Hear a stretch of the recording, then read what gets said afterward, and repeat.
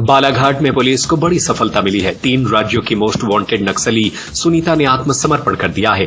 22 वर्षीय सुनीता छत्तीसगढ़ के बीजापुर जिले की रहने वाली है। उस पर मध्य प्रदेश, महाराष्ट्र और छत्तीसगढ़ की पुलिस ने कुल 14 लाख रुपए का इनाम घोषित किया था। सुनीता पर कई राज्यों में नक्सल गतिविधियों को संचालित करने, युवाओं की भर्ती कराने और पुलिस की गतिविधियों पर नजर रखने के आरोप थे। सुनीता ने 2022 में दलम संगठन ज्वाइन किया था। उस समय संगठन में सिर्फ 22 सदस्य थे। उसने महज 6 महीने में अत्याधुनिक हथियार चलाना सीख लिया और 3 साल में हार्डकोर नक्सली बन गई। जल्दी वह संगठन के एरिया कमेटी मेंबर के रूप में सक्रिय हुई और माओवादी नेता रामदेर की सुरक्षा गार्ड बना दी गई। वह इंद्रावती और माण क्षेत्र में लगातार सक्रिय रही और संगठन की अहम सदस्य मानी जाती थी। पुलिस को लंबे समय से उसकी तलाश थी, लेकिन सुनीता का ठिकाना कोई नहीं जानता था। उसने खुद सरेंडर करने का फैसला किया। वह अपने हथियार और वर्दी लेकर जंगल से निकली, हथियारों को गड्ढे में छुपाया और फिर लांजी थाना क्षेत्र के कोरिया हॉक फोर्स कैंप पहुंची। कैंप में सुनीता को देखकर पुलिसकर्मी भी हैरान रह गए। सूचना मिलने पर अधिकारियों ने उसके आत्मसमर्पण को मंजूरी दी। सुनीता ने बताया कि वह संगठन से तंग आ चुकी थी। माओवादी नेता रामदेर उस पर झूठे आरोप लगाने लगा था और शोषण भी करता था। संगठन में उसके खिलाफ माहौल बन गया था, जिससे परेशान होकर उसने मुख्यधारा में लौटने का निर्णय लिया।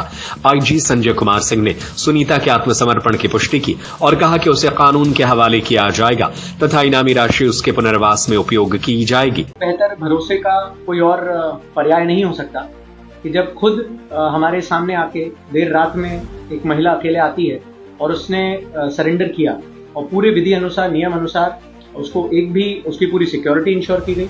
उसको जो भी प्रावधान, लीगल प्रावधान है उसके तहत उसका सरेंडर लिया गया। उसको बाकायदा उसके हर तरह के प्रोटेक्शन, के खाने पीने से लेकर सब तरह के प्रावधान जब किए, तो मुझे लगता है कि ये बताता है कि नक्सली काडर्स जो हैं या जो नक्सली सीनियर लीडर्स हैं वो अमानवीय हैं, परंतु जो पुलिस को अमानवीय बोलने का कभी कभी नकाब डालते हैं वो आज बिल्कुल पूरी तरीके से उठ चुका है। क्या पुलिस ने सुनीता की फैमिली से जी, हम लोग उनके सभी रिश्तेदारों से संपर्क करने का प्रयास कर रहे हैं। मुझे लगता है बीजापुर पुलिस भी इसमें हमें बहुत सहयोग कर रही है और इवेंचुअली उनके परिवारजनों से भी संपर्क करके उनके बीच में भी कम्युनिकेशन स्थापित करवाएंगे।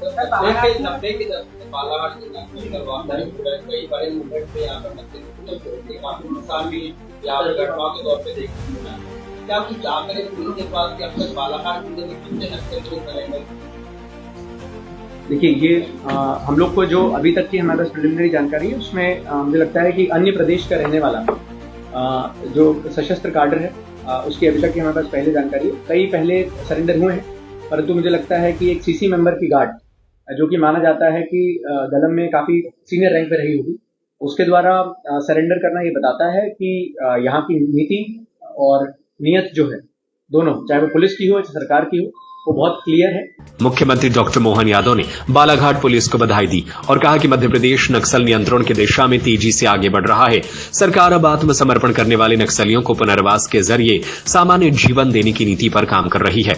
माननीय गृह मंत्री जी, भारत सरकार श्रीमान अमित शाह जी के नेतृत्व में नक्सलाइट मूवमेंट के खिलाफ जो देश भर में माहौल बना है, माननीय अमित जी के ही नेतृत्व और मार्गदर्शन में सरकार आतंकवादियों के इस तरह की गतिविधि चलने वाले नक्सलाइटों के खिलाफ भी ठोस कार्रवाई कर रहे हैं। अब उल्लेखनीय है कि बीते साल 10 से ज्यादा नक्सलाइटों के खिलाफ हमने न केवल ठोस मुठभेड़ की बल्कि 1.5 करोड़ से ज्यादा की धनराशि के नक्सलाइटों को मार गिराया है।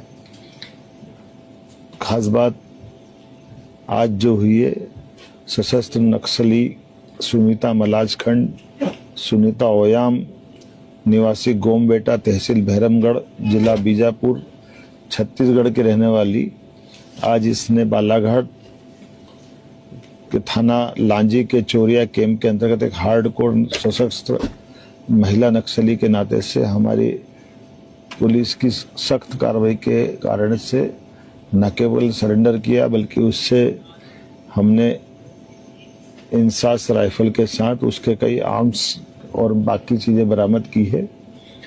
ये सुनीता दरकेसा दलम में ACS है और इसका एरिया मध्य प्रदेश गोंदिया और राजनांदगांव महाराष्ट्र और छत्तीसगढ़ भी है। इसके ऊपर 14 लाख का इनाम घोषित था। ये हमारी प्रदेश की आत्मसमर्पण नीति 2023 के अंतर्गत इसने आत्मसमर्पण किया है उल्लेखनीय ये भी है कि मध्य प्रदेश में 1992 के बाद पहली बार किसी अन्य राज्य के नक्सलाइट ने हमारे सामने सरेंडर किया है। ये हमारे अपनी पुलिस बल की और सरकार की सफलता भी है।